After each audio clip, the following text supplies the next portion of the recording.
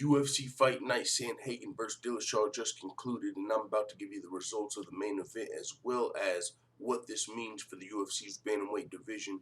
But before we do that, make sure you hit the thumbs up button, the subscribe button, and the notification bell. Don't be a baby back bagel biting beta male, because you know what time it is. It's full-time MMA. That's right. TJ Dillashaw finally made his return after his P.E.D. suspension. Former UFC bantamweight champion TJ Dillashaw, that is, TJ Killashaw, that is, and he just had to put it all on the line against number 2 ranked bantamweight Cory Sandhagen. This was a hell of a fight. It was back and forth business, as my boy Stamina MC would say. It ended up being a split decision, and it was a split decision in favor of the current former UFC bantamweight champion TJ Dillashaw. He edged out the split decision. I honestly felt like Sandhagen should have won the fight, could have won the fight, but I'm not mad that they gave it to TJ Dillashaw. I understand it. The judges were rewarding takedowns all night. TJ Dillashaw had the forward pressure, he had the takedowns, but Cory Sandhagen did a lot more damage. And his striking was on point, and he actually was the person that was closer to a finish. If it was a schoolyard judge, or if it was anyone watching, they would probably say Cory Sandhagen won, unless you were an experienced mixed martial arts fan, and then you could see how they give it to Dillashaw. He was in the fight, but I mean, Sandhagen did work. He had a huge cut on Dillashaw's eye that could have stopped the fight. I mean, it was right above of course, Nate Diaz might have something to say about that, but it was above his eye, and it was a gash, and I mean, the blood clearly could drip into his eyes. So if there was one more round, the judges or the doctors probably would have stopped the fight, and Sandhagen probably would have won via doctor stoppage. But TJ Dillashaw was able to make it to the end of the 5th round and get his hand raised via split decision. Now, what this means for the bantamweight division is now TJ Dillashaw is back in the top 5. TJ Dillashaw said he would like a title shot, which makes sense after beating the number 2 ranked contender. That definitely makes sense for TJ Dillashaw. We're going to pull up the rankings, but what I think makes the most sense is definitely going to be TJ Dillashaw versus Jose Aldo. That fight right there, Jose Aldo, you guys, former featherweight kingpin who's now down in the top 5 of the bantamweight division. This is a fight that we might have never thought we would ever get to see. TJ Dillashaw, former champion, versus Jose Aldo, former champion. They might have been champions at the same time as far as bantamweight and featherweight. These guys were for sure the best of their division at one point in time, and now they're in the same division, both in the top 5, both of them veterans, both of them legends. TJ Dillashaw versus Jose Aldo, that's the fight that I would love to see. But I just want to quickly go over the stats so you can kind of see where the judges gave it to TJ Dillashaw. Both fighters were extremely active.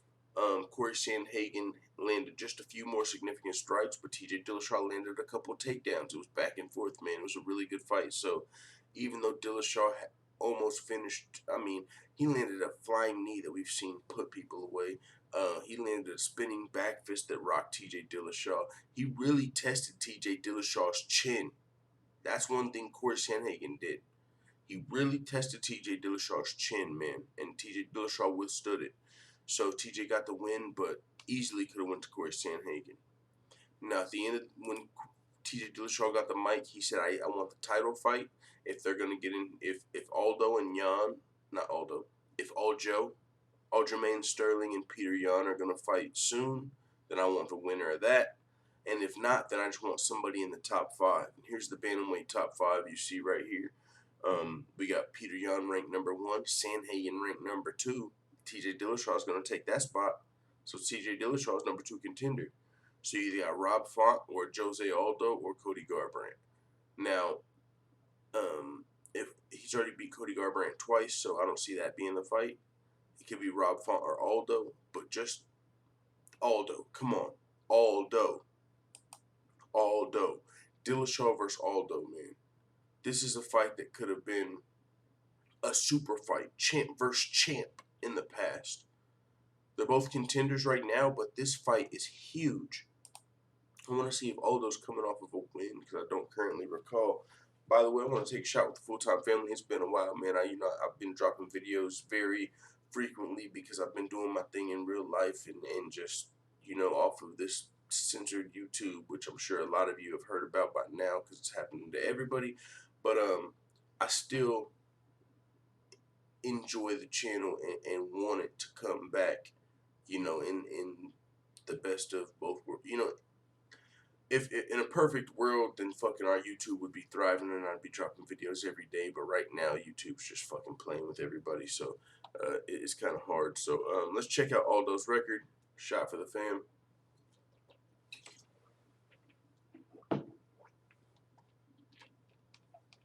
Oh, don't want to show too much of that. All right.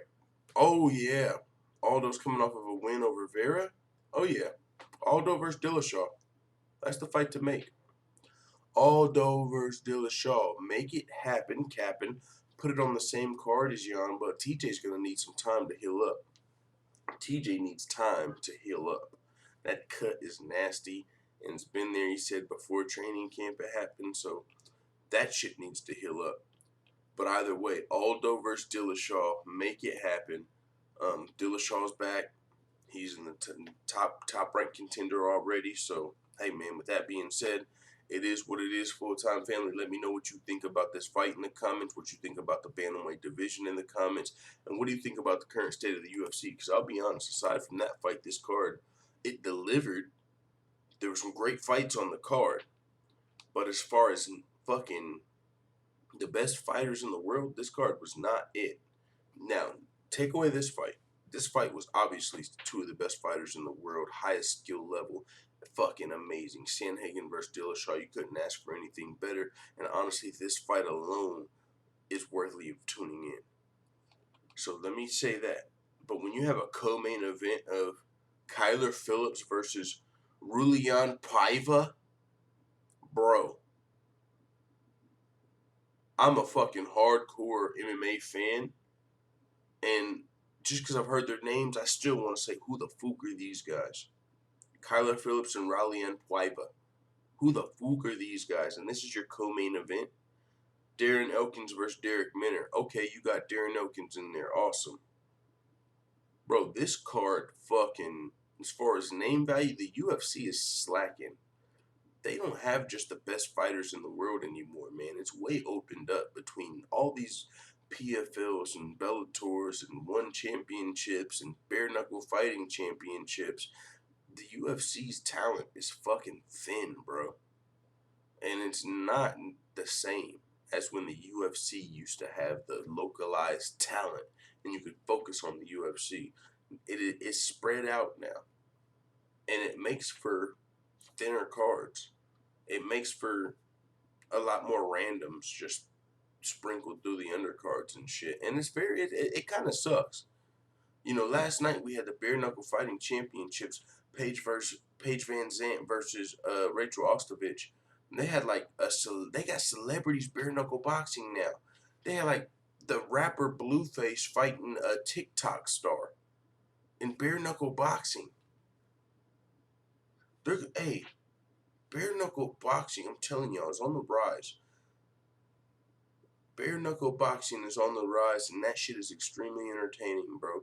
And it's almost a little more barbaric, and it's gonna with the UFC having thin cards like this, that bare knuckle boxing shit, and celebrity boxing, Logan Paul versus Anderson Silva, Jake Paul versus Tyron Woodley, that shit's gonna take over. MMA is going to fall at the hands of bare knuckle boxing and celebrity boxing because they're putting on cards like this. And I love Cory Sandhagen and TJ Dillashaw, but you can't give me only that fight. I'm not excited to wake up and watch the UFC if I know I have to watch a bunch of fucking smokers until Sandhagen versus Dillashaw. I know they're professional fights, no disrespect, but I'm just saying this is the UFC. Our co-main event should at least have some fucking gravitas to it. Our co-main event had zero impact. don't think any one of them are even ranked. We got a co-main event in the UFC with some fighters that are not even ranked. Seriously. Oh, I guess they're ranked. Their division must be fucking shit. Cause, come on, man. No disrespect. What the fuck is going on? I don't like. What are they? Featherweights? What are these guys? Featherweights? Oh my god. What's going on in the UFC, bro? Bellator's, if they're featherweights, Bellator's fucking featherweight division might be better. I need to see. What? Raleigh and Paiva and Kyler Phillips are ranked in the UFC? What's going on? Oh, flyweights. Ugh. Oh my god. Hey man, it is what it is, bro. I hope let's see. No, oh my god, the next card's headlined by like Uriah Hall versus Sean Strickland. It's a decent fight, but a headline, bro. UFC slacking, bro. So on top of the YouTube shadow banning and the UFC slacking, it's hard to fucking really, get the motivation to come through and talk about MMA every day. But like I said, we got other shit we can talk about. So we're probably gonna drop some videos talking about these hoes. You know what I'm saying? These modern women and stuff like that, because that's a lot more entertaining and a lot more valuable right now. So with that being said, guys, it is what it is. Here's a little update. Your boy's been out here fucking getting more ass than a toilet seat, as my boy Tom Likas would say. And out here just fucking living, man. So I've been working. I'm still doing my business. I'm grinding, like I said. So with that being said, y'all, it is what it is. Salute to the full-time family. I'll be back